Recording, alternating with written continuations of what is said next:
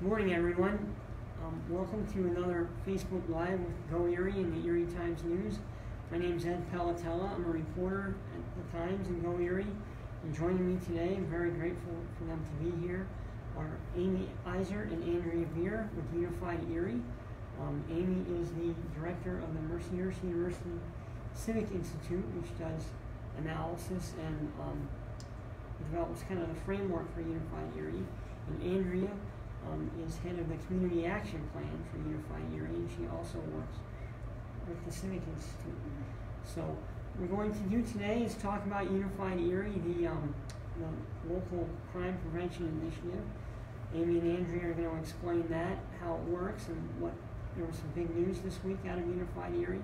So we'll talk about that, and then talk about some other areas involving crime in Erie County and the city. And then, of course, we really like your questions, so if you can send them in throughout the talk, and we'll get to them when we can.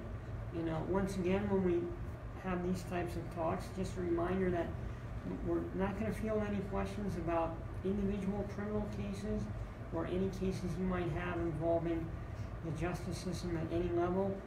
If you have a concern about those, you can call me or email me. Information's online, or contact the individual agency. But we're here today to talk about Unified Erie. So, Amy and Andrea, welcome. Thank you. Once again, thanks for being here. So, you can just explain what Unified Erie is. It's been around now 8 years, 7.5 years, but just explain what it is, because some people might not know about it. Okay. All right.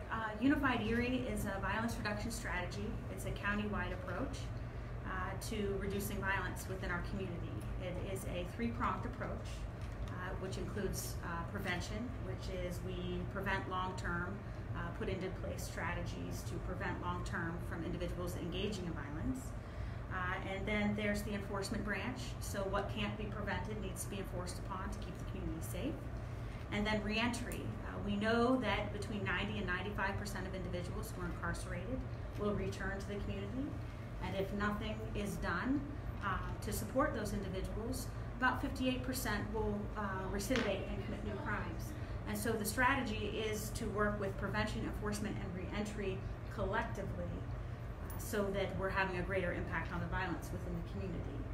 The idea is to bring together some non-traditional partners across all three of those prongs to communicate. So while some people think that Unified Erie is an organization or a specific plan, it is a structure, it is a process, it is a communication strategy for people within the community to be impacting the violence here. Can you just explain a little bit, Amy, in terms of the organizations that are involved in this, Sure. what some of those organizations are? Sure. The prevention branch is primarily run through the Erie County Policy and Planning Council for Children and Families that's been around since 1996. And that involves a number of different organizations that are school-based, community-based, youth programs, county-based, Office of Children and Youth, juvenile probation are heavily involved in that, as well as faith-based, residents and consumers of services. And so that, there's a multitude of partners through the prevention branch, but then through the enforcement branch, we also have our law enforcement including everything from the Assistant U.S. Attorney's Office to the District Attorney's Office, the Erie City Police Department, the Sheriff's Department, Adult and Juvenile Probation, State Probation and Parole, and a variety of others who are involved in the enforcement efforts. And then the reentry is a multitude of partners as well who are involved in the development of the primary strategy of reentry, which is the Erie County Reentry Services and Support Alliance. That specific program and strategy is run through GCAC as well as the Erie County YMCA. Andrea, can you explain, in terms of the Community Action Plan, which you're responsible for, can you just explain what that is? Because that's mainly dealing with the prevention side, right? So if you can just let us know how that operates and what that entails. Yeah, so the Community Action Plan is the written prevention plan for Erie County, and we actually follow a model. One of the hallmarks of Unified Erie that I've been so proud of and that I love that I get to be a part of is the very committed to data-driven, evidence-based, things that work, that we know have worked other places, and making sure that we're putting our efforts into something that's going to work. There's a model called Communities That Care that has been studied for decades. They know it works. If you follow the model where you evaluate your survey data that's given in kids in school, we can actually pinpoint where we're struggling with risk factors in our county that our kids are facing that are leading them to end up in problem behavior, and it also lets us figure out what's missing that would help protect them from problem behavior. So the prevention plan takes that data, boils it down, figures out what our biggest risk and protective factors are, and then Amy actually leads a team. About 60 people contribute to writing the community action plan. They look at all of that data and information and decide what we have in Erie County, where the gaps are, and then write a plan for what we're going to do to try and actually impact those. The plan then comes to me. My job is to make the plan happen. So that's what I do, is actually make those strategies a reality. So it's not so much, well, you're really not creating another agency per se. No. What you're doing is designing a plan and then seeking out agencies or existing structures that would allow you to implement that. Yeah, and sometimes the strategies are something that's missing. So we need a certain kind of therapy or a certain kind of something that just doesn't exist in Erie County at all. Other times it's, okay, we've got all these things in place and there's no communication structure or no networking or not proper referrals. What is really going on? And the beauty of something like Unified Erie is that we're kind of a neutral outside entity. We are interested in what is best for Erie County, and we have the luxury, truly the luxury, of not having to promote one program, not having to promote or sustain one agency. We can just promote whatever's good for Erie County, and often that has allowed us to bridge these gaps where we can say, hey, there's all different things here, and these are all good programs at different agencies. You know, those kinds of things that it's just been a very cool part. Could you just highlight some of the programs or some of the strategies that you've worked on? And then Amy, I'd like you to mention some as well, but if you can talk about like the religiosity campaign or the PCIT, just some things that let people know what you come up with in terms of strategies. Yeah, so in the prevention realm and under the community action plan, you mentioned religiosity. So that was one of our biggest missing protective factors in Erie County is this, the social science calls it religiosity. It's weekly participation in an organized religion. And that was one of the things that we have had to create here. Nobody else was doing it. We try to follow what other people are doing. Nobody was doing anything on that. And so we created the Take Me to Worship campaign. And that's one of those things where we're just sharing the social science data that says kids do better. The campaign is trying to educate families, parents on the impact that 1 hour a week can have positively on their kid. Another thing that came out of the community action plan was a form of therapy called PCIT. We talk about it, parent-child interactive therapy. It is just a really good evidence-based therapy that didn't exist in Erie County when they wrote the original community action plan. And when they did the research, I got to come in for the good part of that. They did the research and they said, this is something we want to bring to Erie County, and then started getting quotes to see if we could write a grant. And when I came in, they had already established it was going to cost like $135,000 to get a therapist trained in Erie County. We were going to have to go somewhere, all of that. And as a prime example of the beauty of having a plan and everybody working together, we had started putting all those feelers out, and right after I took the job, we got a call back saying, there's a research grant at Western Psych, and we'd like to give them your name. And you can get all these therapists trained in Erie County for free, and we'll even give the agency stipends to help set up the rooms. Would you be okay with us giving them your name? Yeah, we would. So there's a prime example of we knew what we wanted to do, we knew what we needed to do. We had started putting those feelers out, we had everybody at the table, and it positioned us to receive basically $135,000 worth of free training and setup in Erie County. And those are just two examples of the prevention plan. And we accomplished all the strategies that were in the first one, and now we're on the second one. Now, Amy, for you, I mean, if you can mention the like the call-ins or some other things that you want people to know about what you're doing? Oh, sure. There's a variety of different, outside of the prevention realm and the enforcement realm, different strategies that are going on. One of which is probably the most publicly known in the community is the group violence reduction strategy, which has been coined the call-ins, which gets a little confusing for people because nobody's calling in anywhere. It's just a call into a meeting for individuals that are considered high risk within the community to talk to them about that behavior.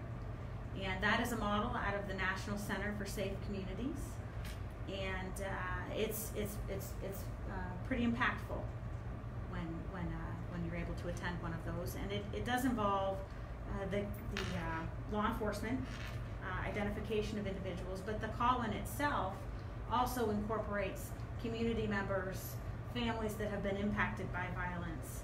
And so it gives the individual awareness of what's going on in law enforcement in terms of the repercussions of their behavior, but it also offers the opportunity for a helps portion that, engaging in a criminal lifestyle can be very stressful and hard for individuals to break away from. So through those, we provide a moral voice, is what we refer to it as, to provide them some encouragement, some examples of individuals who have successfully come through the system or have been engaged in problem behaviors within their communities that have turned their lives around. And then afterwards, which is kind of exciting, is that the speakers and the attendees are invited to a meal, to sit down. So you have a situation where you have the chief of police there, the mayor there, whoever else are the speakers sitting down with individuals who are potential threats within our community, just relating on a human level. So because this is all of our community, and that's important. Other things, some non-traditional ones that the community doesn't hear so much about, particularly in the Little Italy area, has been some involving code enforcement, for instance, in addressing behaviors within communities, and having code enforcement work more collectively, communicate better with law enforcement, and also to address some of those properties that we consider problems. Oftentimes, we have the nuisance bar task force. We now have a problem property task force to look at those properties that aren't necessarily blighted, that nobody's living in, that are a problem, but that there's activity going on there that could be structural as well as criminal, that partners can engage in and correct. So let's, now that we've got the framework out there, you can talk about, Amy, some big news this week with Unified Erie in terms of your news conference and some of the stats. So if you can go over some of the... We released the 5-year progress report, which is right here. It's available on the website at unifiederie.org. And it outlines everything that all of the partners have said that they were going to do that we've done. And it also identifies some of the outcomes involved in that in terms of the reduction in shots fired, the reduction in people being shot, the police data that the chief was so gracious to share with everybody on Tuesday during the press conference. So some of those stats are that let's go back, that it's a 5-year plan because of Unified Erie's full structure was really in place in 2013. It's been around since 2010, but all 3 prongs were in place in 2013. So some of the figures, and we've published these in the newspaper and online, in 2014, 5 of the city's 11 homicides were related to gang violence, and all 11 homicides involved guns. The total number of people shot in 2014 was 72. And then so far this year, or in 2017, the city had 7 homicides, 2 of which were gang related.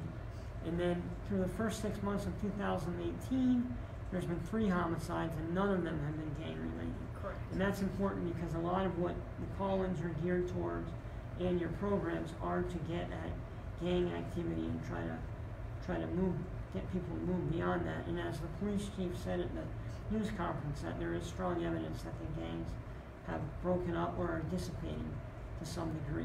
Correct. So, and then also you've emphasized that since that first call-in, which was on April 26, 2017, there have been no gang-related homicides. That's right.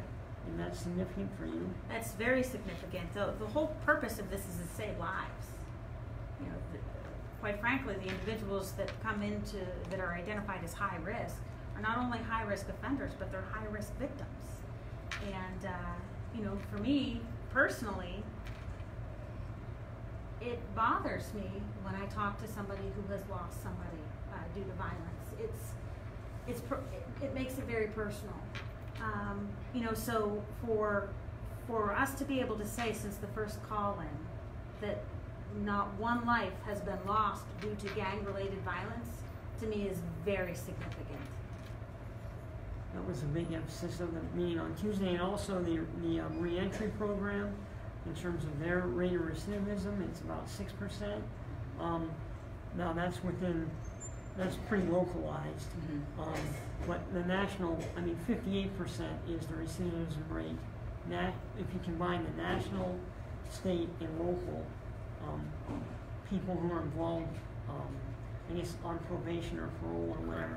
So, but the 6% rate seems to be pretty encouraging. Yeah. So, Erie, what was your big takeaway from the announcement this week? I was just so excited to see the numbers. Like Amy said, we don't do this. We're not doing this just to have something to do. We're doing it because we really believed it was going to work. And to get to come out at 5 years and say it's working is really exciting. It doesn't mean we're done. And I love, District Attorney Jack Denieri had a quote in the newspaper about saying, we're not thumping our chests saying, we've accomplished, we've arrived. We're saying there's lots more to do, but let's recognize it's working. And I was asking people, I was doing video interviews that day of different people that have been involved, and I just kept asking people, do you remember what it was like 6 years ago, before this was in place? If you could remember what summer was like 6+ years ago, what the news cycle was like, what we were reading and waking up to and listening at night at the 5 o'clock and 6 o'clock news, what do you remember? And you could just watch everybody go back and be like, I think the question was, can we change it? Like, is it even fixable? And now that's a given. It's a given that we can change this. And when I interviewed for the job, this was already in motion, and I came and interviewed for the prevention part. And I remember sitting across from one of the people who interviewed me and them saying, we are going to do things that are going to be measurable. But there are things we're trying to achieve that aren't measurable. And they are things like we're going to try and change the conversation and get people to start talking about neighborhoods and families and religion matters. And they said, and we are trying to change the belief that this is fixable. Right now, they don't think it's fixable. And we can't measure those things, but make no mistake, that is part of your job. That is part of what you are signing on for. And I'm sitting there on Tuesday watching all of this go on and releasing what we're doing, and I just heard that in my head and thought, we did it. We're not done, but we've changed the conversation, and we've brought collaboration as a given now. People know that they have to, and it's not just Unified Erie that did that. We're part of this resurgence that's happening in Erie. But we're excited to be a part of that, and it is an important part. The economic and all of that is huge, but if people don't feel safe, they're not bringing jobs. And so getting to be a part of something that has changed the face, the importance of collaboration, the conversation, it's just been an honor. It's been really exciting. So moving forward, and one of your big points on Tuesday and all along has been that you have the framework in place, but you adjust it, customize it, tweak it, depending on what happens. Amy, if you could talk about, in terms of maybe what you might focus on, like the 3 homicides we've had this year have all been domestic related. Correct. So, and that's a problem everywhere, domestic violence, but we've seen that here. Is that something that you might look at addressing a little more? There are already really exciting things happening with community partners in regards to domestic violence between the district attorney's office and the police department, and SafeNet, as well as Safe Journeys out in Union City, and Penn State Barron Corps is involved in that as well. So there are community partners that have already jumped on that, and there are efforts underway to already address that. So yes, we know that the communities change, right? We're not static, we're dynamic, and so we always have to continue with the assessment. People don't always particularly like the data, but the data keeps us on point, particularly when we're talking about something as personal as crime. Because if you've been a victim of a violent crime, it's hard for you to be able to, your reality changes, okay? The numbers have to ground us in making sure that we're doing the work that needs to be done and getting the outcomes that we want.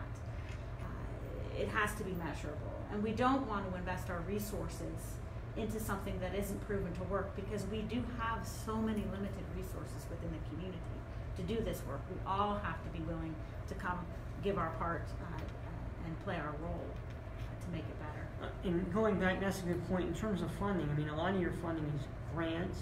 Correct. And you're relying on organizations that are already funding to help pick up the ball here.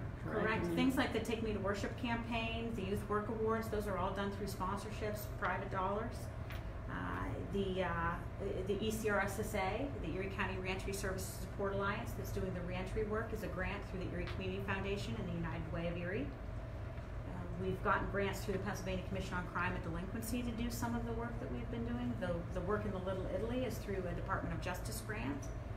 And we are constantly looking for funding opportunities. It's not about funding Unified Erie. It's about funding the strategies that are identified through this process.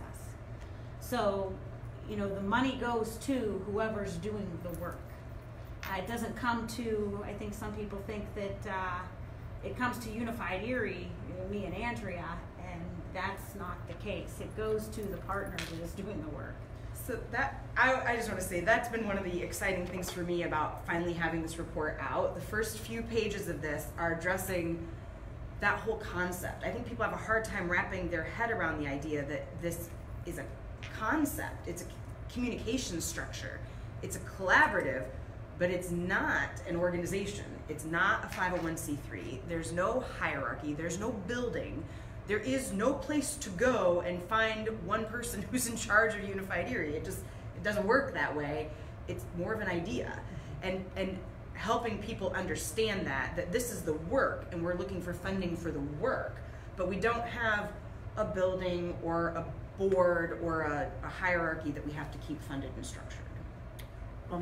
Also, I should have said at the beginning, we're also here with Sarah Grabsky from the Go Erie and Erie Times. She's behind the camera and fielding some questions. Do we have any questions? No, Sarah? we just have people saying good work, and it's great that you guys are doing this and supporting you. So Thank you. Yes. Yeah.